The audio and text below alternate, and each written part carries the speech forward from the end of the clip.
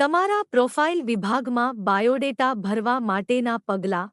પ્રથમ પગલું, તમારું ઈમેલ અને પાસવર્ડ સાથે લોગિન કરો.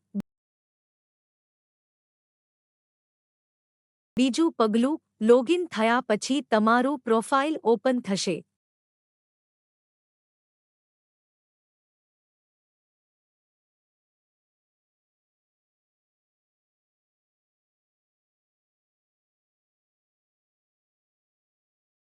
ત્રીજું પગલું, દરેક વિભાગને એડિટ કરવા માટે તેના એડિટ બટન પર ક્લિક કરો, જે પ્રત્યેક વિભાગના જમણા હાથની બાજુ પર આવેલ છે.